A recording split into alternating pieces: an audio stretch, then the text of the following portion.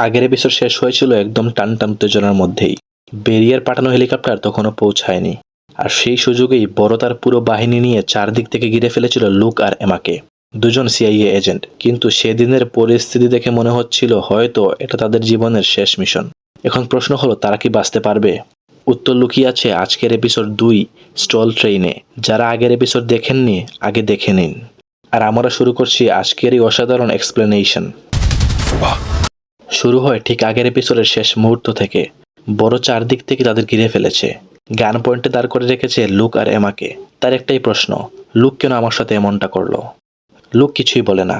অপেক্ষা করতে না পেরে বড় পাশেই থাকা সেই পরিবারের মেয়েটিকে ধরে আনে, যারা লুক আর এমার সাথে এখানে এসেছিল। পরিস্থিতি এমন ভয়ঙ্কর হয়ে ওঠে যে লুক বাধ্য হয় সব সত্যি বলে দিতে। সে জানায় কিভাবে সে বড়র বাবা পোলোনিয়াকে মেরেছিল, আর সে চেয়েছিল বড় যেন এই অন্ধকার পথে না আসে।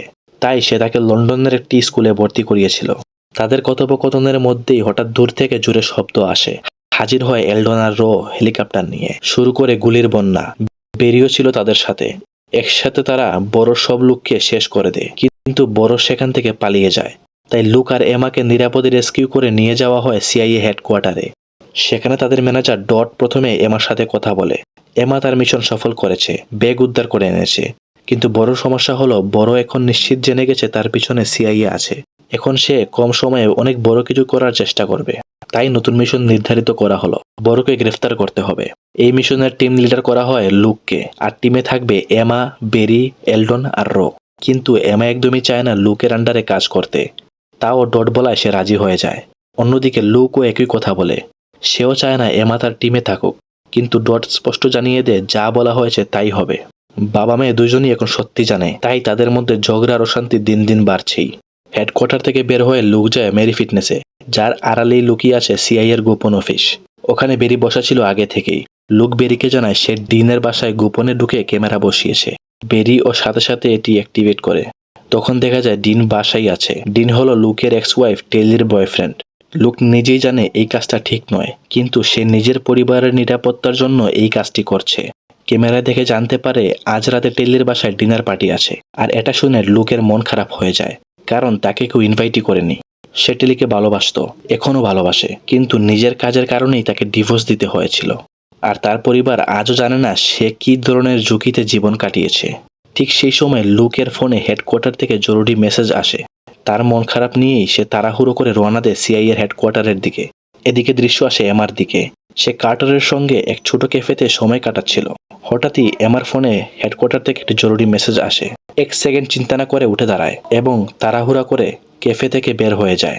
এমার এমন আচরণ কার্টারের একটু খারাপ লাগে। পরের দৃশ্যে সবাই হাজির হয় সিআইএ হেডকোয়ার্টারে।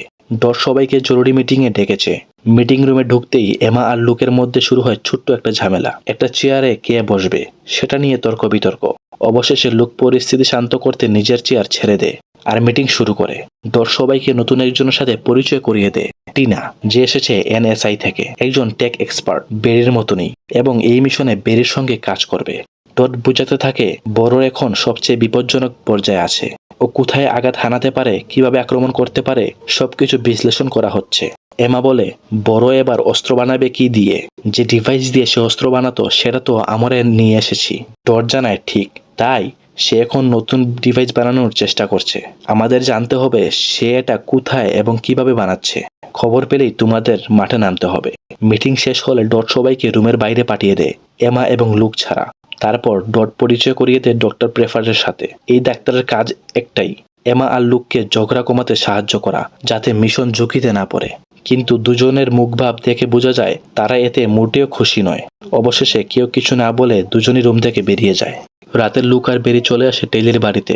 এমা তাদের দেখে পুরো হতবাক। এরা জানলো কিভাবে? সে তো জানায়নি। লুক আর বেরি আগেই ডিনের বাসায় লুকানো ক্যামেরার সাহায্যে তার পার্টির কথা জেনেছে। লুক ভেতরে ঢুকেই এমন ভান করে যেন খুব সাধারণ কাজের জন্য এসেছে। সে জানায় আমার একটা টেবিল দরকার, আর রাতে দোকান বন্ধ থাকে, তাই ভাবলাম এখান থেকে নিয়ে যাই। সবাই একটু চমকে যায়, কিন্তু কেউ আর তাকে পার্টিতে থাকার কথা বলে না। উল্টো ডিন তাদের একটা টেবিল দিয়ে দেয়, আর লুকরা সেটা নিয়ে বেরিয়ে যায়। পরের দিন সকাল হতেই সবাইকে হেডকোয়ার্টারে ডাকা হয়।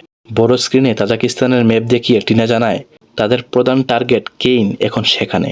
আজ রাতে পাহাড়ের মধ্য দিয়ে যাবে এক হাই স্পিড বুলেট ট্রেন, আর সেই ট্রেনের ভেতরে রয়েছে নিউক্লিয়ার ওয়েস্ট। এটাই সেই উপাদান যেটা দিয়ে বড় যে মারাত্মক মেশিন বানাতে চেয়েছিল সেটা তৈরি করা সম্ভব। টিনা আরও জানায় কেইন আজ রাতে ট্রেন থামিয়ে সেই নিউক্লিয়ার ওয়েস্ট চুরি করার প্ল্যান করছে। যদি সে সফল হয় তাহলে সে অনেক বড় বিপর্যয় ঘটিয়ে দিতে পারে। তাই আর দেরি না করে দ্রুত প্ল্যান বানানো হয়। এমা ও লুক যাবে ওই ট্রেনে যাত্রী সেজে। এলডন এবং রু যাবে তাজাকিস্তান ট্রেন কন্ট্রোল অফিসে, যাতে কোনো অবস্থাতেই কেউ ট্রেন থামাতে না পারে। বেরি এবং টিনা থাকবে মেরি ফিটনেস সেন্টারে, যেখানে থেকে তারা পুরো মিশন কন্ট্রোল করবে। এক মুহূর্ত দেরি না করে সবাই প্রস্তুতি নিয়ে বেরিয়ে পড়ে মিশনে। লুক আর এমা এবার ট্রেনে উঠেছে যাত্রী সেজে। মিশন চলছে, পাশাপাশি লুক বেরিকে বলে ডিনের বাসায় তারা যে ক্যামেরা বসিয়েছে সেটার আপডেটও মাঝে মাঝে দিতে। আর এদিকে এমা তখন আন্দাজ করতে পারে এই যাত্রীর মাঝে নিশ্চয়ই বড় এর লোক লুকিয়ে আসে। তারা প্রথমে নজর দেয় এক মহিলার দিকে, ফর্মাল ড্রেস কিন্তু পায়ে আর্মি বুট, সন্দেহজনক। কিন্তু যাত্রীদের মাঝে এমনও অনেকেই থাকে। তারপর চোখ পড়ে গিটার ব্যাগ নেওয়া এক তরুণীকে, এটাও খুব নর্মাল। হঠাৎ তাদের দৃষ্টি আটকে যায় এক রাশিয়ান ছেলের দিকে, যার হাতে তাজা আঘাতের দাগ, দেখতে ঠিক ভাড়া করা গুন্ডাদের মতো। এমা ইনভেস্টিগেট করতে চায়, কিন্তু লুক তাকে থামিয়ে দেয়। এখনই কিছু করা যাবে না, ও হয়তো টুরিস্টও হতে পারে। অন্যদিকে এলডন এবং রো ট্রেন কন্ট্রোল অফিসে ঢুকে পড়ে নিজেদের আমেরিকান পুলিশ পরিচয় দিয়ে। তারা চারপাশে নজর রাখতে চায়, কোনো সমস্যা দেখা দিলে সঙ্গে সঙ্গে ব্যবস্থা নেবে। এদিকে বেরি যখন ডিনকে মনিটর করছিল, ঠিক তখনই অ্যালার্ম বেজে ওঠে। ট্রেন পাহাড়ি এলাকায় ঢুকছে। বেরি দ্রুত লুক ও এমাকে সতর্ক করে দেয়। এর মধ্যে হঠাৎ করেই আকাশে দেখা যায় একটি হেলিকপ্টার।